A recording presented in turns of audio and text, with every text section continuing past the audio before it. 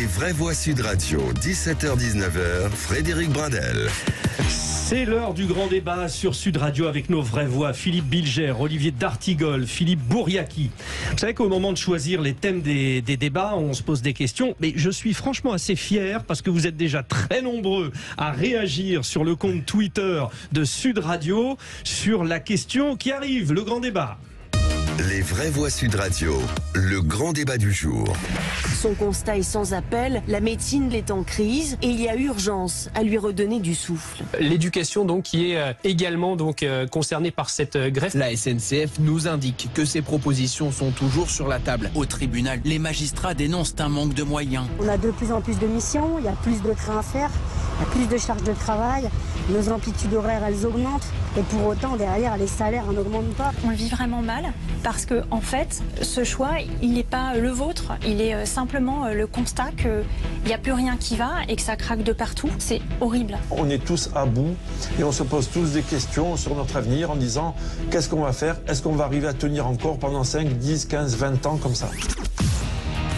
Et la question que nous vous posons, les services publics français sont asphyxiés. Pour vous, le dossier prioritaire est... Alors oui, on aurait pu mettre tous, mais non, c'est ça qui est pimenté, qui est drôle. Alors, la police, la justice, la santé ou l'éducation? Pour l'instant, avant de donner la parole à Antoine Mazer, la police 7%, la justice 24%, la santé 51%, l'éducation 18%. Voilà pour l'instant vos choix. Vous êtes nombreux les auditeurs de Sud Radio. Vous continuez sur le compte Twitter et Facebook de Sud Radio. Antoine Mazer, présentation. Oui, et ce matin le ministre de la Santé, notamment François Braun, a planté le décor. Il a annoncé la refondation à venir du secteur de la santé dès janvier. Répondre à ces problématiques, c'est la refondation de notre système de santé global. À partir de janvier, nous commençons à travailler et je vais avoir à annoncer les grands axes de travail sur la restructuration de notre système de santé dans son ensemble, aussi bien la médecine dite de ville que la médecine hospitalière, parce que notre système fonctionne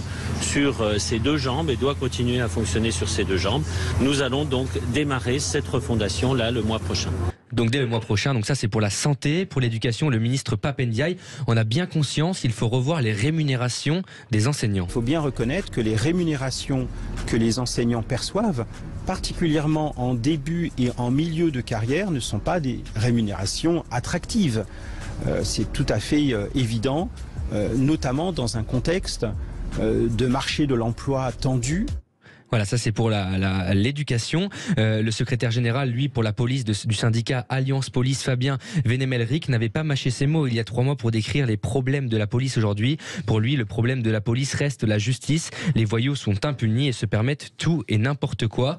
Il y a quelques semaines, le président Emmanuel Macron proposait aux Français justement de participer au débat du Conseil national de refondation pour transformer le pays et répondre à ces enjeux. On l'écoute. Je compte donc sur vous, avec beaucoup d'enthousiasme, de conviction, de force. Mais aidez-moi à transformer le pays. Aidons-nous à trouver de manière intelligente, tous ensemble, les bonnes solutions. Loin des postures, des conservatismes, loin des débats qui sont parfois caricaturaux. Mais en considérant tous que nous avons notre part à prendre, d'idées, d'initiatives, mais de changements très locaux. Nous pouvons changer les vies si nous décidons de le faire. C'est le choix que j'ai fait, je serai à vos côtés pour le faire, envers et contre tous les blocages. Eh bien voilà qui est dit. Merci cher Antoine Mazer pour cette présentation. Alors, chère vraie voix, juste une question. Si vous aviez été à la place des auditeurs de Sud Radio qui votent, vous auriez dit la priorité c'est la police, la justice, la santé ou l'éducation? On fait un petit tour juste, c'est pas évident, hein, mais Philippe Bilger. Moi j'aurais dit comme les auditeurs, si j'ai bien compris, la santé et l'éducation. Oui, pour l'instant à 50%. Largement.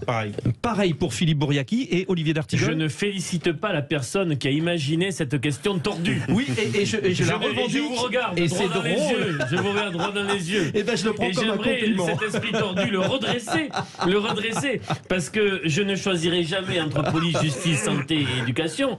Imaginez ce que serait notre société si les questions relatives à la sécurité, à la justice, à la santé, à l'éducation étaient résolues. Jouer le jeu, c'est entre nous, c'est juste un petit jeu. Olivier, Olivier, je ne le ferai pas. Allez, Olivier, entre nous.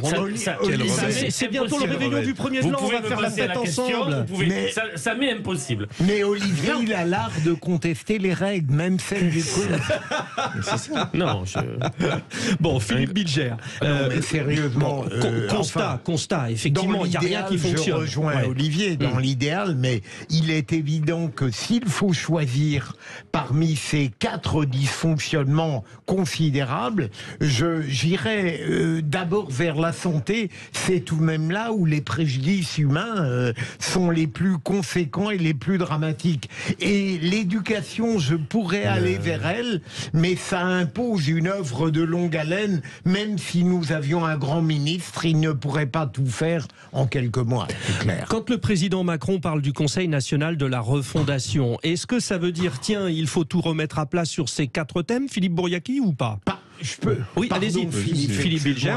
C'est très dangereux cette manière de fuir la démocratie représentative.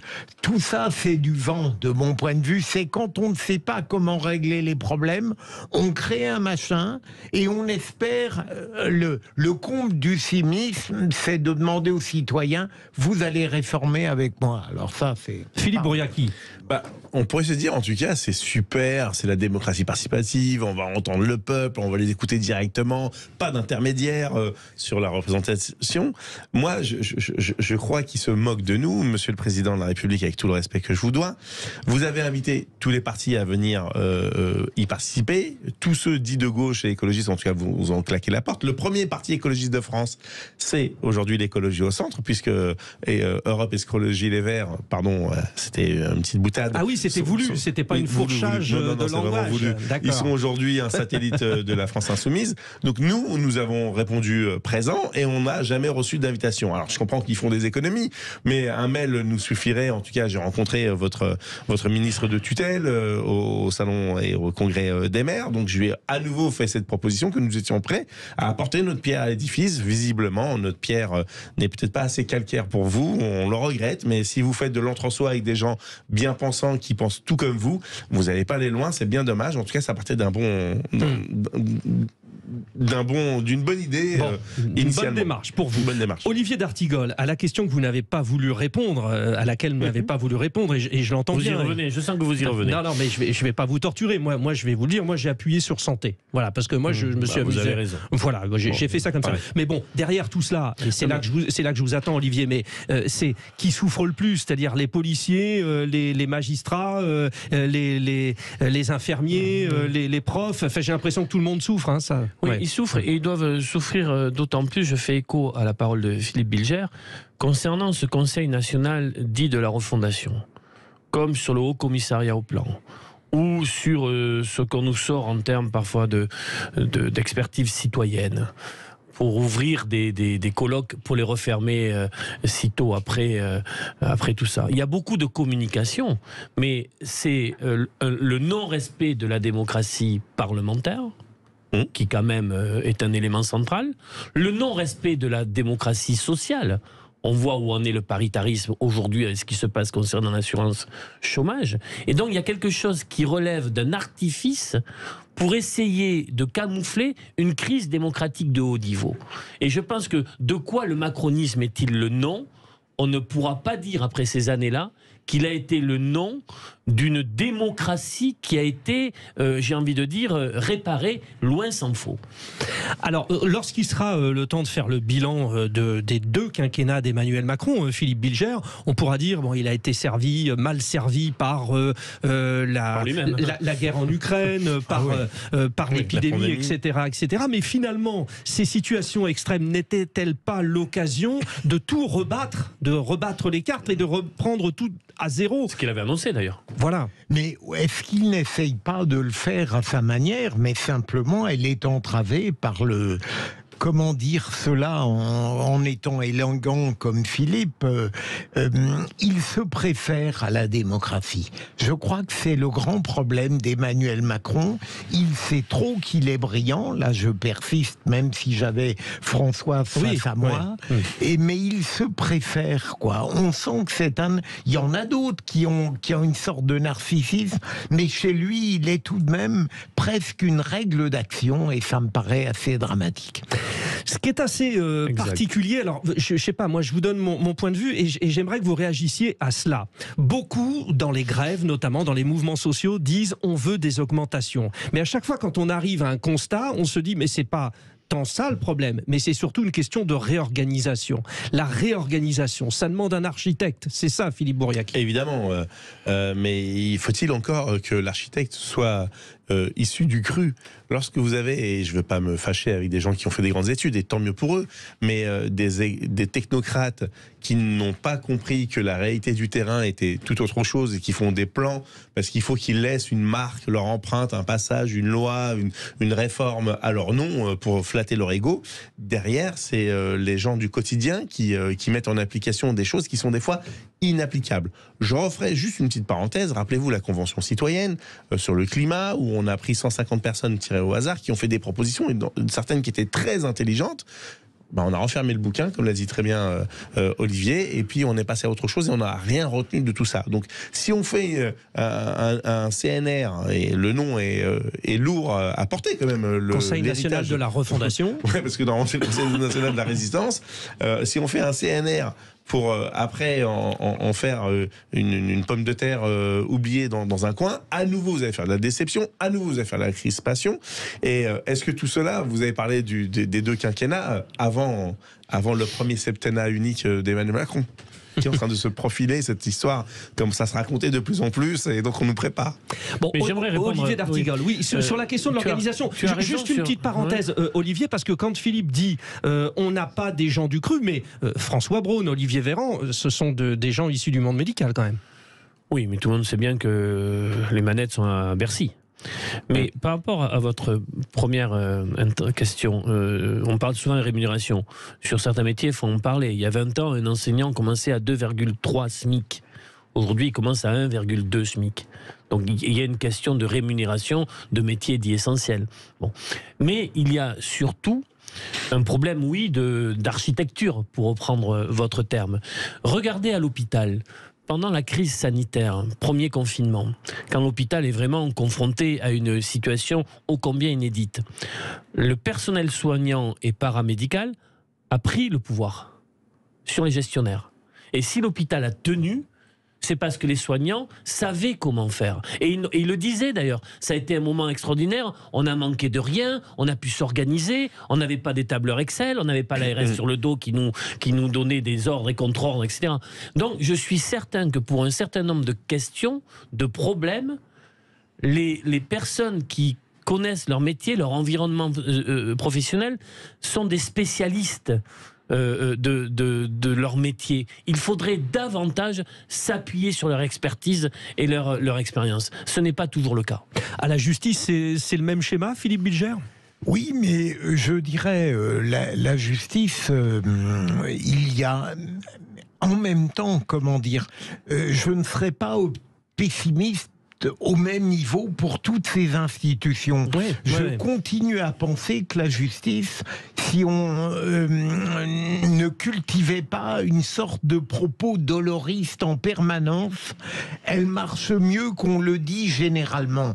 Il y a des zones de retard, il y a des délais scandaleux, il y a le fait surtout qu'on exclut le citoyen de ce qu'il regarde finalement et qu'on ne répond pas à ses attentes. Mais je suis persuadé que si on faisait l'inverse de ce qu'on fait aujourd'hui, que si on ne concevait pas des lois pour changer une institution, mais si on mettait à la tête des institutions des gens prêts à les rendre fiers d'elles, eh bien, ça changerait tout. Philippe Bourriac, peut-être sur la question des policiers, là, par exemple.